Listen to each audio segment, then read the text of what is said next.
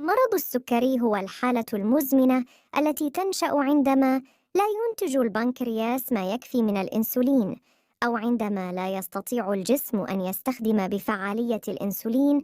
أعراض مرض السكري: كثرة البول والعطش، الجوع، فقدان الوزن، التعب والإجهاد، عدم القدرة على التركيز، زغللة الرؤية، التقيؤ وآلام البطن.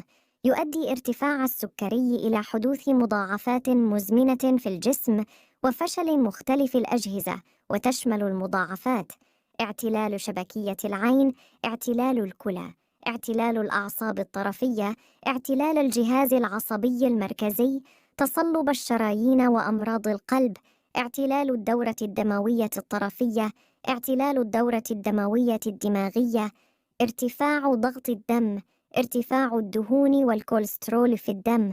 طرق الوقاية من مرض السكري: قلل من السكر والكربوهيدرات المكررة في نظامك الغذائي، حسن من مستويات فيتامين د، اشربي كميات كافية من الماء، مارس الرياضة بانتظام، خفف وزنك إذا كنت تعاني من زيادة الوزن.